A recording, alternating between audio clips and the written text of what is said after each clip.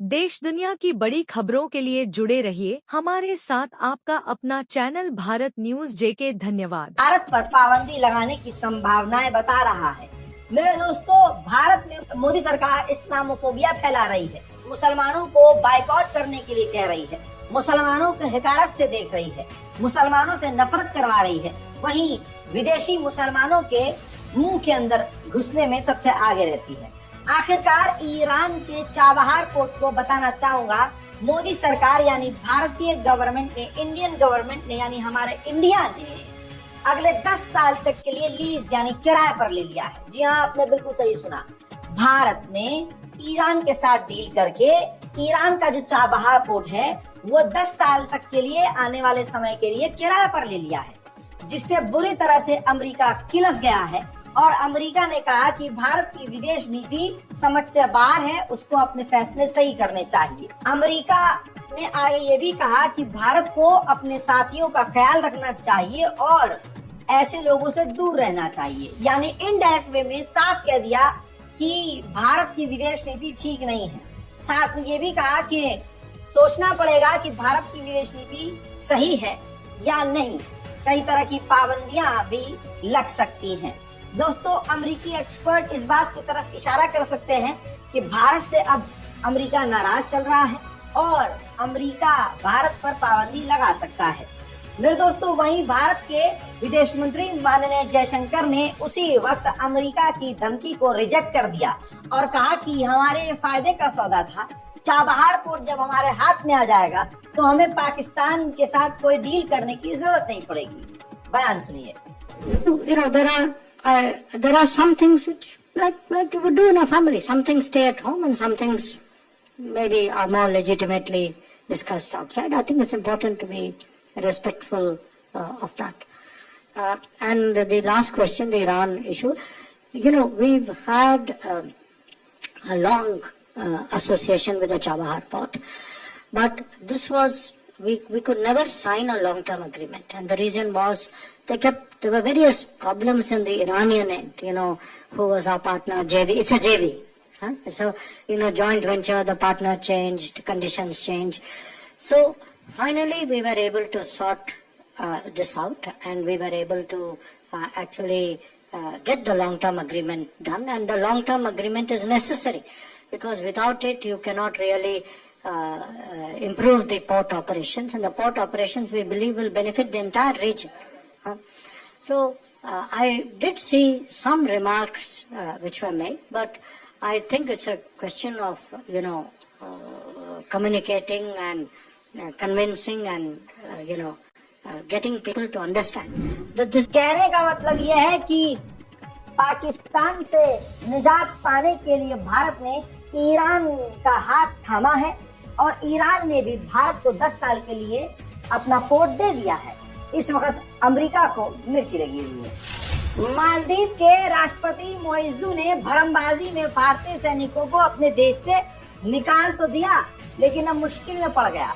वहां भारत के दिए हुए कई सारे हेलीकॉप्टर्स हैं, जिनको भारतीय सैनिक ही मालदीव की सेना के लिए उड़ाकर मालदीव की मदद किया करते थे। भारतीय सेना हेल्प करती थी, भारतीय सैनिक उनके हेलीकॉप्टर्स को जो भारत के दिए हुए थे उनको उड़ाते थे। अब वो सैनिक भी भारत आ गए हैं, तो अब मालदीव की सेना के उन मेन 2 हेलीकॉप्टर को उड़ाने वाला कोई नहीं है। आखिरकार मालदीव को भारत के आगे भीख मांगना पड़ा है। अब भारत की टेक्निकल टीम मालदीव पहुंचेगी और वहां के सैनिकों को ट्रेन करेगी, यानी वहां के सैनिकों को हेलीकॉप्टर तक उड़ाना नहीं आता। मालदीव ने भारत के साथ चाहे कुछ भी किया हो, लेकिन भारत ने अपना दिल बड़ा दिखाया है।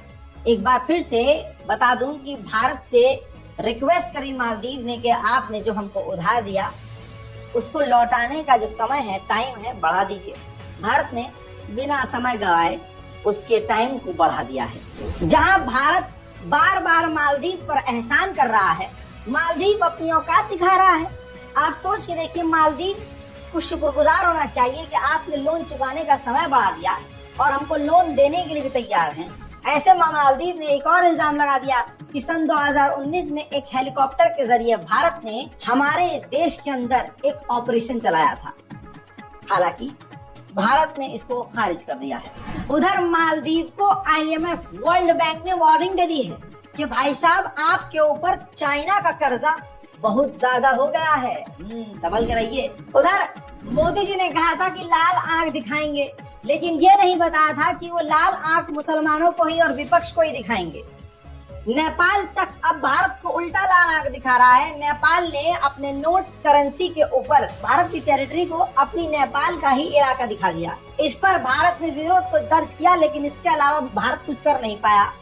ऐसे में नेपाल के ही एक मंत्री ने, एक नेताजी ने जमकर विरोध किया कि ये हमने गलत किया है, हमारी गवर्नमेंट ने गलत किया है कि भारत की टेरिटरी को हमने अपने मैप में दिखा दिया। लेकिन ये बयान उस नेता पर इतना भारी पड़ गया कि अगले कुछ ही घंटों के अंदर उस पर इतना दबाव पड़ा कि उसको रिजाइन देना पड़ गया। मेरे दोस्तों, मोदी जी ने कहा था सारे दुनिया में बज रहा है, हमारा यूरोप में बज रहा है। हाँ, हमारे फर्जीवाड़े की वजह से पूरी दुनिया में बज रहा है। कोवैक्सीन की वजह से सारी दुनिया में थूथू हो ही रही है। भारत में हार्ट अटैक से युवा मर रहे हैं, महिलाएं बीमार पड़ रही हैं, आंखों की रोशनी जा रही है, दिमाग हैंग हो रहा है, दिमाग की नसें ब्लॉक हो रही हैं, क्लॉट पड़ रहा है, तमाम चीजें एक तरफ। लेकिन MDH मसाले, सच MDH, हाँ, क्या वो बुढ़ा आपको याद होगा? ये मसाले सिंगापुर में बैन हो गए। जी हाँ, सिंगापुर में बैन हुए। रिसर्च के बाद बताया गया कि इस मसालों में हानिकारक केमिकल हैं जो जानलेवा है और गलत है। जिसके बाद अब बर्तानिया ने भी भारत के तमाम मसालों पर नजर रख ली है और सिक्योरिटी टाइट कर दी है। भारत से जितने भी अब मसाले जा रहे हैं, चाहे वो MDH के हो, चाहे कोई भी हो, अब सभी मसालों की लैब में अच्छे से टेस्टिंग हो रही है। भारत को चाइना 12 महीने फटके लगाता रहता है, लेकिन इस बार भारत ने चाइना को फटका दे दिया है। चाइना के बॉर्डर के बेहद करीबी इलाके में पूरी दुनिया का सबसे हाई लेवल का टैंक रिपेयर सेंटर भारत ने खोल दिया है। यानी चाइना से अगर कभी जंग हुई तो जो टैंक हमारा अभी तबाह हुआ होगा, उसको बड़ी ही जल्दी कुछ ही घंटों के अंदर रिपेयर करके दोबारा से मैदान जंग में उतारा जा सकेगा। भारत का ये कदम काफी बेहतरीन और मजबूत बताया जा रहा है। उधर ऋषि सुनक बर्तानिया भारत के 4 से 7 हजार मेडिकल नर्सों को लात मारकर वापस भारत भेजने की तैयारी में है, क्योंकि मोटी रकम लेकर भारतीयों को स्पॉन्सर, वीजा स्पॉन्सर देने वाली बर्तानिया की कई सारी कंपनियां फर्जी निकली हैं। अब उन कंपनियों ने जिन भारतीयों को नौकरी दी थी या नौकरी लगवाई थी, ऐसे 7,000 लोगों को ऋषि सुनक भारत वापस डिपोर्ट कर सकते हैं। उधर पाकिस्तान ऑक्यूपाइड कश्मीर में जबरदस्त प्रदर्शन पाकिस्तानियों के द्वारा महंगाई के खिलाफ किया जा रहा है। पिछले कई महीनों से प्रदर्शन चल रहा है। ये प्रदर्शन इतना तेज हुआ कि पाकिस्तान की सरकार ने कहा कि हम 700 करोड़ से भी ज्यादा का पैकेज पीओके को देंगे ताकि महंगाई में कंट्रोल हो। लेकिन इसके बावजूद भी पीओके के लोग नहीं माने और जमकर प्रदर्शन अभी भी जारी है। उधर चीन ने अब अफगानिस्तान के तालिबान सरकार को TTP के वजह से धमकी दी है और वार्निंग दी है, क्योंकि तालिबान का जो दूसरा हाथ है TTP, तहरीक तालिबान पाकिस्तान, ये पाकिस्तान के अंदर एक्टिव है और TTP पाकिस्तान में रहकर चीनियों को निशाना बना रही है। इस पर पाकिस्तान के दोस्त चीन ने तालिबान को धमकी दी है कि ध्यान रखे, चीनियों पर नजर ना गाड़े TTP, वरना जवाब दिया जाएगा। मेरे दोस्तों, पाकिस्तान की एक डेलीगेशन कंधार पहुंचने वाली थी अफगानिस्तान तालिबान से बातचीत के लिए, लेकिन उससे पहले ही अफगानिस्तान के इलाके में पाकिस्तान की आर्मी ने हवाई हमले कर दिए आतंकवादियों को बताकर कि ये आतंकवादी हैं। इस पर अफगानिस्तान भड़क गया और तालिबान ने वो मीटिंग जो कंधार में पाकिस्तान के साथ होने वाली थी कैंसिल हो गई और इसके बाद अफगानिस्तान और पाकिस्तान के रिश्ते एक बार फिर से खराब हो गए। उधर बुरी तरह से तालिबान पाकिस्तान से चिढ़ सकता है, क्योंकि पाकिस्तान ने अमेरिका के साथ हाथ मिला लिया है। आतंकवादी ISIS और TTP के खिलाफ, तमाम आतंकी संगठनों के खिलाफ अब अमेरिका के साथ मिलकर पाकिस्तान ऑपरेशन करेगा। उधर सऊदी अरब ने एक बार फिर से पाकिस्तान को तगड़ा तमाचा जड़ दिया है। बिना कुछ कहे, बिना कुछ वजह बताए मोहम्मद बिन सलमान ने पाकिस्तान की विजिट को कैंसिल कर दिया है। अब वो सीधा जापान पहुंच जाएंगे। $1.8 बिलियन में पाकिस्तान अपने JF-17 फाइटर जेट इराक को बेचने की तैयारी में है। इराक अपनी एयरफोर्स मजबूत करने की तैयारी में है। उधर मेरे दोस्तों बुरी खबर पाकिस्तान के लिए और पाकिस्तान से। पाकिस्तान में प्राइवेटाइजेशन होना शुरू हो चुका है। आप कहेंगे भारत में भी हो चुका है, लेकिन अंतरराष्ट्रीय लेवल पर प्राइवेटाइजेशन पाकिस्तान में हो रहा है।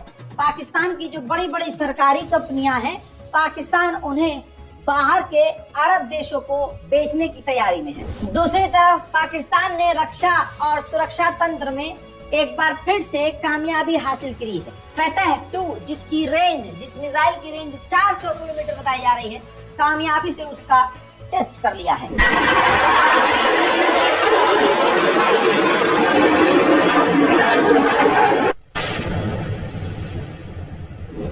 भारत में चुनावी माहौल है, ऐसे में भारत के कई नेताओं ने पीओके को भारत का हिस्सा बताया, जिस पर पाकिस्तान नाराज हो गया और पाकिस्तान चीन की शरण में पहुंचा। कहा कि कुछ तो बोलो मालिक। इस पर चीन ने साफ कहा कि पीओके भारत का नहीं, पाकिस्तान का हिस्सा है। भारत की एयरफोर्स पाकिस्तान से 1000 गुना बेहतर है। यह बात पाकिस्तान भी अच्छी तरह से जानता है। इसी वजह से पाकिस्तान अब भारत के फाइटर जेट का सामना करने के लिए चाइना से J-10C एडवांस फाइटर जेट खरीदने की तैयारी में है, वो भी भारी मात्रा में। ईरान से करीबी होने के बाद, ईरान से दोस्ती सऊदी अरब की होने के बाद सऊदी अरब का नजरिया बिल्कुल पलट गया है। मेरे दोस्तों, पहली बार ये इतिहास में हुआ है कि सऊदी अरब के एम्बेसडर पहली बार वो इराक पहुंचे हैं। इराक और ईरान बिल्कुल एक धर्म के हैं, शिया धर्म से ताल्लुक रखते हैं और शिया समुदाय से सऊदी अरब 36 का आंकड़ा बनाकर रखता था। लेकिन मोहम्मद बिन सलमान की सरकार ने जब ईरान से दोस्ती की है, तो अब हालात जिंदगी में पहली बार बदलते हुए नजर आए हैं और ये काफी अच्छा कदम है। आपकी स्क्रीन पर देखिए, पहली बार सऊदी अरब के एम्बेसडर ने इराक में हजरत इमाम हुसैन के रोजे में जाकर हजरत इमाम हुसैन के रोजे की और उनकी तुर्बत की जियारत की है। पूरे करबला का उन्होंने दौरा किया है और जितने भी वहां करबला के शहीद थे, सबके रोजों पर उन्होंने दस्तक दी है। सब जगह वो पहुंचे हैं। अब हिंदी के जो रिपोर्ट्स हैं, जो भारत के अखबार हैं, वो भी लिख रहे हैं कि शियाओं के करीब हो रहा है सऊदी अरब, बदल रहा है सऊदी अरब का नजरिया। यही एक बेहतरीन कदम है। आपसी मनमुटाव कुछ भी हो, लेकिन हमें इंटरनेशनल प्लेटफॉर्म पर एक होना ही होगा। उधर मोहम्मद बिन सलमान ने सीरिया के राष्ट्रपति बशर अल-असद से बहरैन में मुलाकात की है। इस वक्त सीरिया के साथ भी सऊदी अरब के रिश्ते बेहतरीन होते हुए नजर आ रहे हैं। चाइना और सऊदी अरब फ्री ट्रेड करने वाले थे और अंधाधुन इंपोर्ट सऊदी अरब करने वाला था वहां से साजो सामान, चाइना के आइटम। लेकिन सऊदी अरब को यह पता चल गया कि चीन के आइटम काफी सस्ते, हल्के और नकली होंगे, जिसकी वजह से सऊदी अरब ने फिलहाल चीन के साथ तमाम ट्रेड रोक दिए हैं। अब वो किसी और देश से इलेक्ट्रॉनिक आइटम या दूसरे आइटम खरीदने की तैयारी में है। रिपोर्ट आई है कि चीन के खिलाफ चुपके से अमेरिका और ताइवान ने अप्रैल के महीने में समुद्री ड्रिल की थी। मेरे दोस्तों, अब चीन को टक्कर देने के लिए अमेरिका ने 26 देशों को इकट्ठा कर लिया है और हवाई के इलाके में 26 देश समुद्र में एक साथ मिलकर चीन के खिलाफ ड्रिल करेंगे, जिसमें भारत भी शामिल होगा। हजरात मोहतरम, अगली तस्वीर सीधा किम जोंग उन की दिखा रहा हूँ, नॉर्थ कोरिया की, जिसमें तानाशाह किम जोंग उन तमाम फैक्ट्रीज में पहुंचे जहां उनकी खतरनाक घातक मिसाइलें बन रही हैं। उन्होंने खतरनाक बैलिस्टिक हावासोंग 11D बैलिस्टिक मिसाइल आपको दिखाऊं कि उन्होंने इस वीडियो के अंदर दिखाया है और कई मिसाइलों का सफल परीक्षण भी किया है। ये वीडियो आधिकारिक तौर पर जारी की गई है। फ्रांस की एक समुद्र के बीच कॉलोनी है न्यू कैलेडोनिया। दोस्तों, ये मैप भी इसलिए दिखा रहा हूँ क्योंकि जरूरी है। यहाँ पर टिकटॉक बैन किया गया। इसके अलावा महंगाई और फ्रांस की सरकार की कई सारी नेगेटिव चीजों की वजह से प्रदर्शन होने लगा। फ्रांस ने ऐसे में टिकटॉक को बैन कर दिया और अजरबैजान की राजधानी बाकू पर इल्जाम लगा दिया कि अजरबैजान ने इस इलाके में तनाव पैदा किया है और प्रदर्शन तेज करवाए हैं। सरकार के खिलाफ ऐसे खतरनाक प्रदर्शन हुए हैं कि मैं खुद उनकी तस्वीर यहाँ लगा नहीं पा रहा हूँ। सिर्फ ये आप रिपोर्ट देख लीजिए कि इस रिपोर्ट के मुताबिक खबर यह है कि 5 प्रदर्शनकारियों को गोली लगने से मौत हो गई है और 200 लोगों को गिरफ्तार किया गया है और हजारों लोग बुरी तरह से घायल हैं। सैकड़ों मकानों में आग लग चुकी है और सरकारी संपत्तियां जलकर राख हो चुकी हैं। मेरे दोस्तों, ग्रीस के सैन्य अधिकारियों ने चेतावनी दी है कि तुर्की के जो ड्रोन हैं वो हमारे सबमरीन, हमारे फाइटर जेट, हमारी सेना, हमारे देश के लिए खतरनाक है। तुर्की ने ऐसे ऐसे ड्रोन बना लिए हैं जिसकी वजह से अब हमें बड़ा खतरा सता रहा है। आने वाले समय में तुर्की से खतरनाक हालात बन सकते हैं। उधर ताइवान की गवर्नमेंट में भी उथल पुथल हो रही है। किसी बिल के ऊपर वहाँ संसद में बहस हुई। दो जो पार्टियां हैं पक्ष विपक्ष, बुरी तरह से संसद में भिड़ गई। उधर ब्रेकिंग न्यूज में आपको बता दूंगा, स्लोवाकिया के प्रधानमंत्री के पेट में एक प्रदर्शनकारी ने 5 गोली मारी। जी हाँ, जिसकी वजह से 3-4 बार उनका ऑपरेशन हो चुका है। अभी भी उनकी हालत क्रिटिकल है, जिंदगी और मौत के बीच में है। गोली मारने वाले शख्स ने, इस बुड्ढे ने बताया कि मैं उनकी नीतियों के खिलाफ था और उनकी नीतियां मुझे समझ नहीं आती थी, मैं उनसे राजी नहीं था, इस वजह से मैंने उन्हें गोली मार दी। हालांकि कहा जा रहा है कि ये व्यक्ति रूस का समर्थक था और स्लोवाकिया के प्रधानमंत्री रूस के खिलाफ बयानबाजी करते थे, जो उस व्यक्ति को पसंद नहीं थी। मेरे दोस्तों, व्लादिमीर पुतिन पहली बार शपथ लेते ही सबसे पहले चाइना पहुंच गए। इससे साफ जाहिर हो रहा है कि रूस और चाइना कितने करीब हैं।